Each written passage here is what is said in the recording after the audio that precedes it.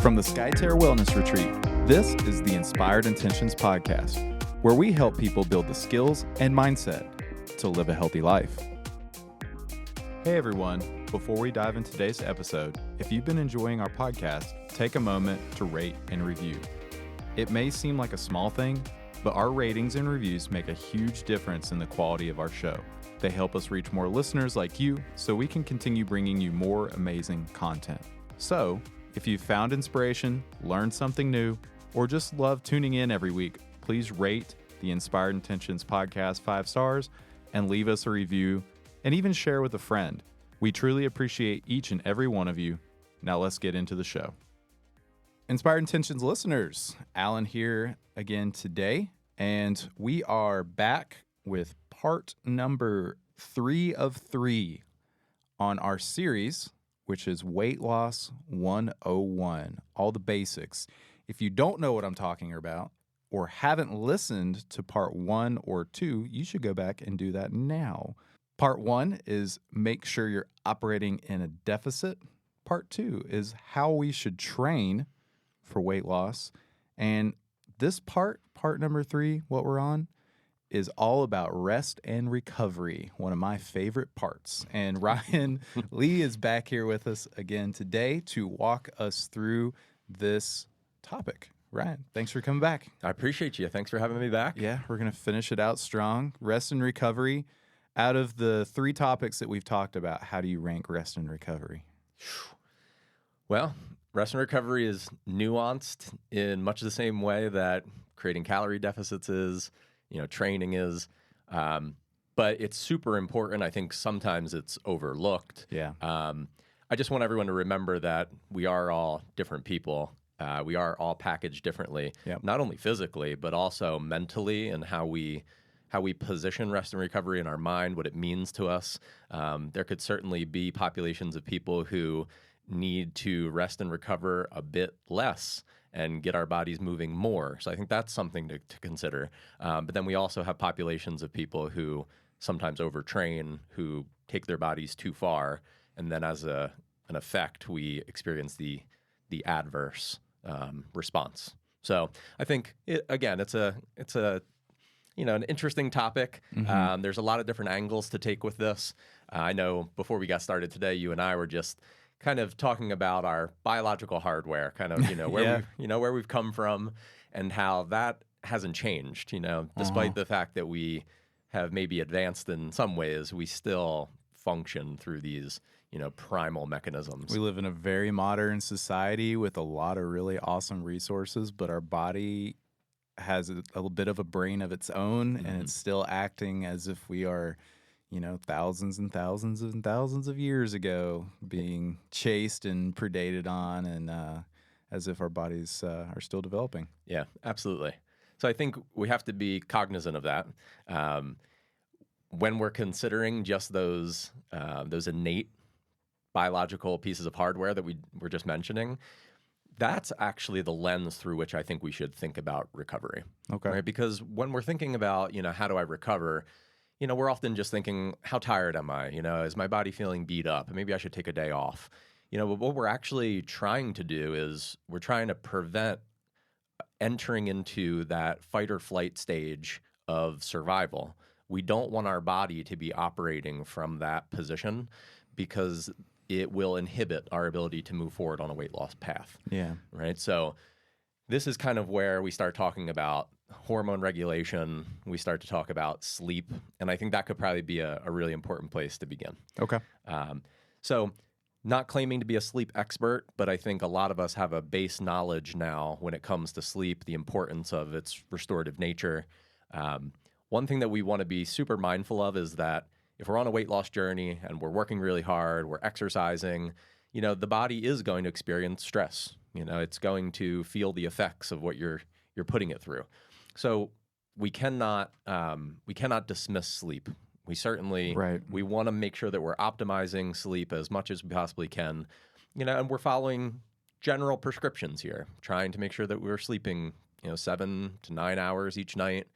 The reason why sleep becomes so critical is because of hormone regulation, right? So when we're sleep deprived, we know there are hormones such as cortisol, leptin, ghrelin that will become imbalanced. And what that does is it has an impact then on our waking hours and our hunger cravings, right? So we know that we will sometimes cue the body to eat more as a response to stress. And stress can really be taken, it can be put into control if we have a proper sleep pattern and we're sleeping well each night. So these stress hormones that you're talking about, and when they have elevated levels in our body, what are the specifics on how that can affect somebody that's going on a weight loss path? Yeah, it's a really good question. So we know cortisol being one of the big stress hormones produced by the adrenals.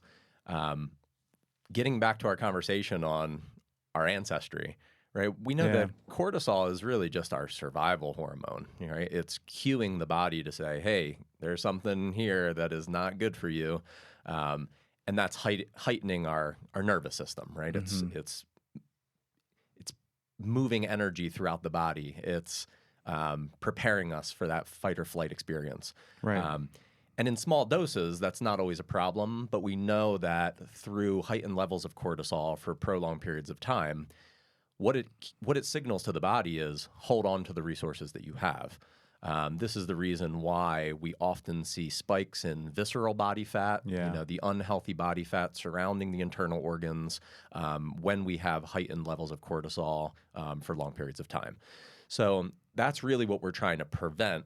And when we're thinking about rest and recovery, that's what's going to help us to continue to support our weight loss through the proper balancing of those hormones like cortisol and some of the other appetite hormones that we talked about. Yeah, I find it really interesting working with so many people over the years and using our InBody as a resource that measures visceral fat in centimeters squared. It's an area, interestingly enough, and watching someone over even a short period of time, you can probably attest this too, being our Lose Smart director. But when people seem to relax while they're here, you can almost automatically see them losing some visceral fat, even if it's like a week. Absolutely. Or two. And it's centimeters squared, right? So it's not like you're going to see tremendous losses, but you automatically see a loss of visceral fat for most folks just by de-stressing a little bit. And I tell them to push towards less stress and better rest. Exactly. Yeah, those are the two big ones that we often talk about with visceral fat reduction. Yeah. And I think it makes sense. So if you have someone who's stepping into a new environment, right, despite the fact that this is quite a pleasant environment to be in, it's all new. And that takes us right back to what we were discussing, the newness, the quote unquote threats that surround us. The uncertainty of life is what heightens those stress hormones. And then as a result, our body holds on. So I think you're 100% right. Even within the course of a week, we see our guests really settle in, relax, hopefully start to get better sleep as the week progresses. And then all of a sudden we see visceral fat drop, which is pretty cool. Do you see that change in folks over like the 4-week portion of the Lose Smart program? Because our Lose Smart's kind of a baseline 4 weeks. 100%. Yeah, totally. Yeah, the more time that you have to acclimate, the better the results become. So, that's why I think that this is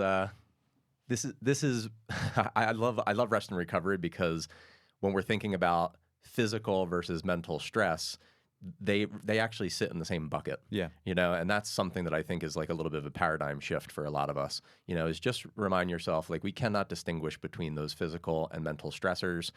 Sometimes we stress our body through overtraining, but oftentimes, we heighten cortisol levels. We hold on to body fat as a result of the mental stress of, whatever we're going through, lack of sleep, like we mentioned, right? So I think it just helps us to kind of broaden what rest and recovery means to us. It's not always the breakdown of the physical body. It's sometimes what's going on psychologically. Are guests really surprised when they hear this kind of concept? Because I feel like a lot of people are hearing this for the first time. Well, I think a lot of us have some understanding that stress is not good for us. I think that a lot of us know that it can tax the heart. I think that we We don't always fully understand, though, what it does to the body from a fat retention standpoint. I don't think that we often have that link between high stress levels and adipose tissue on the body. But quite honestly, it's just cortisol is a fat agonist. That's what happens. Gotcha. So those stress hormones are just it's gonna promote the retention and the holding on effect. Does this play a factor in folks that either... Because we've been kind of coming at it from a thought process of maybe undertraining, but does overtraining cause the same type of thing? Like we've been talking more about like we live a stressful life, which causes that, and maybe exercise hasn't been a part of our life. But if we're exercising a ton and say we have a low stress life, what does that look like? It's a great question. So in one of the previous episodes, we were talking about this concept of hormesis, which is a phenomenon in the body where through the exposure of low to even low moderate stressors can have a strengthening effect on the body, right? We build back stronger than we once were. But if we expose ourselves to those stressors at high levels or for prolonged periods of time, then they can become, detrimental to the body. So with that, it's like it doesn't really matter, mental or physical stress. Some things will manifest differently in the body. When it comes to a weight loss pathway, though, it's going to have the same effects. So overtraining, I think, is a big one for a lot of us on a weight loss journey because, we're excited, we're motivated, we want to make change, we want to be a different version of ourselves. But then through the overtraining process, we're breaking the body down physically over and over and over again, trying to get to our goal. And as a result, those stress hormones spike. So yes, I think you're right. Like you can look at it from different angles and say, what is the right balance of mental versus physical stress? It's kind of what I was getting at. Yeah, exactly. But I think it's, stress is dose dependent, and if we can stress the body, even if we can stress the mind in the appropriate doses, then strength ends up becoming the byproduct of that. It's simply that we can't stress the body for too long because then we can't recover from it. We don't strengthen. We end up breaking down. What about, you want to talk about my theoretical thought on racing? We were talking about this a little bit before. I think it's just interesting. I've been accumulating this thought over the past few years. All my friends that run races, typically after the race, they don't sleep super well. Maybe the first night's out of pure exhaustion, right? Say like we're talking like a marathon, for instance. Sure. So pure exhaustion, first night, you're tired. Second day, usually you're sore in some form or fashion, depending on your training. But that second night, most people don't sleep super well. Right. That rest does not come super easy, even though you would think that like, well, I took it easy today. I'm super sore. Why not? And I think it plays, my theoretical, anecdotal thought on this is it plays back to that kind of primal, we've been chased. Our body doesn't understand that we were just running a race for fun or for whatever purpose or cause. And that our body is in that heightened flight or fight notion. And I think that if people live in that type of scenario all the time, whether that instead of a marathon, insert stressful work life, I think it can cause such a weird imbalance for them and have such honestly detrimental effect over a grand period of time. Yeah, absolutely. And my theory is completely anecdotal. I'm making that up because it's something that I've experienced in my friends, and I'm just noticing it. But when we talk about rest and recovery, it kind of makes sense to me. I think it makes perfect sense. Yeah. I mean, again, going backwards, you think, all right, well, here we are. We ran 26 miles or whatever the distance was. The body is not going to be super quick to realize that it was all just fun and games. Yeah, like how soon do you realize that everything's okay? Exactly. You know what I mean? Like maybe mentally you can tell your body that over and over again, but how long does it take? Exactly. Yeah. So all important things to consider. I know we talked a little bit about sleep. We've talked a little bit about hormones, that can affect the way in which we hold on to energy reserves. I think maybe just a couple other things to think about, some approaches or tools that we might use when it comes to recovery is there might be days when we're not training. something we want to think about is just active recovery. We talk about that a lot here at Skyterra, which is the idea that despite the fact that we're not partaking in a very specific type of training for the day, we keep our body busy. We make sure that we build in some walking in between meals. Maybe it's some light yoga practice. But really what we're benefiting from there is increased circulation, bringing fresh nutrients into the areas of the body that need to be repaired, additional oxygen, etc. So active recovery is super important, even when your body is feeling beat up, because through those simple acts of walking, you're able to serve your body without breaking it down further. So I think that's pretty important to think about. Yeah, you're way less sore if you just get up and start moving around a little bit. Exactly. Honestly. Exactly. You sit down and you stiffen up, right? Yep. 100%. Another topic that often comes up with recovery is nutrition. And, even though we might not go down the rabbit hole completely, we do want to think about when we're on a weight loss journey, we're most likely causing micro stressors in the body at a muscular level. We have to build back the muscle via protein intake, foods that are high protein content. These are pretty important considerations. Along those lines as well, I would think about anti-inflammatory based foods, our green leafy vegetables, berries, antioxidants, things that are going to help us to reduce that inflammatory response in the body as well. Yeah. So how do you recommend listeners kind of get started with this particular piece, the rest and recovery piece? Say that they've gone through the first couple of pieces. They're like, all right, deficit. All right, I'm training correctly. Where do they start with rest and recovery? Like, what's one of the first things they should get in? Yeah, well, I think the longer you're at fitness, the more intuitive you become about rest and recovery. I know I've certainly gotten myself to the point where I know even upon waking up, and there are things that we can do when waking up when it comes to body temperatures and things like that to assess where we're at along the recovery pathway.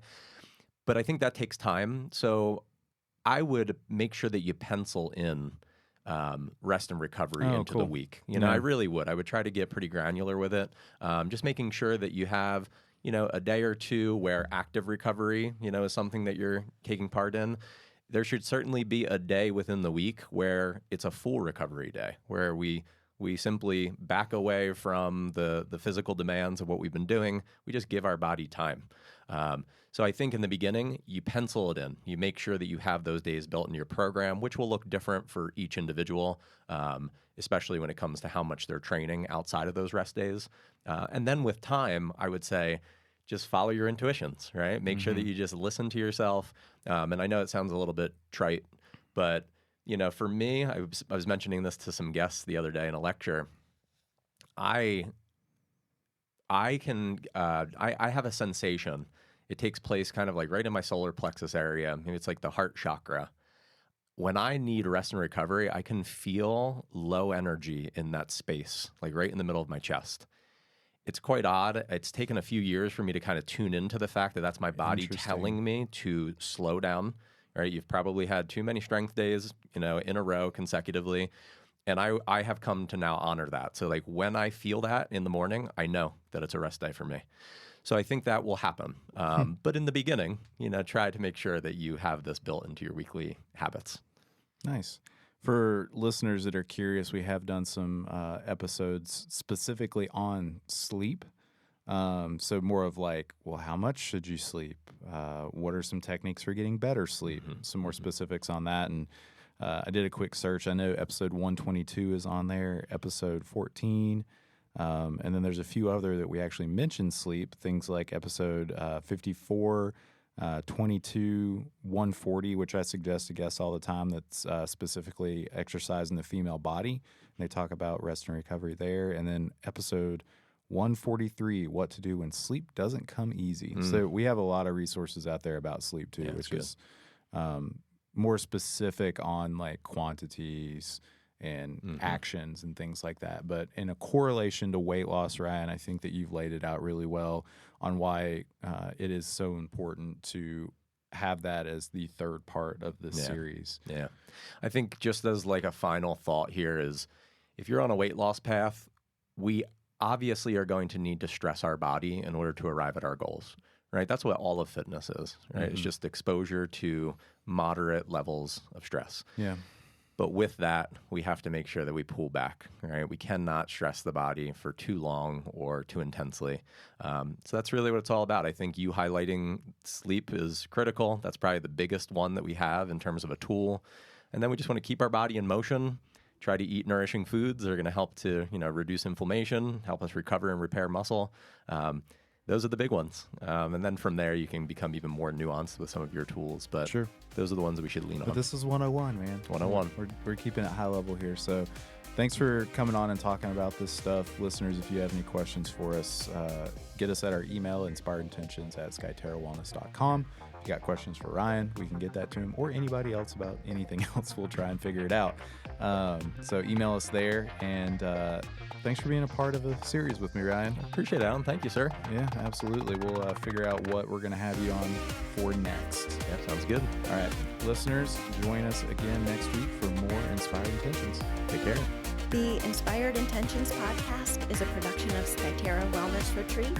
Special thanks to our executive producer, Alan Broyhill. Send us your questions and comments to inspiredintentions@skyterrawellness.com. Subscribe on iTunes and everywhere podcasts can be found. If someone you know might benefit from this podcast, share Inspired Intentions with them and give us a 5-star rating. Join us next week as we cut through the unrealistic noise on diets and fitness and show you how healthy living fits seamlessly into your already busy life. Thanks for listening.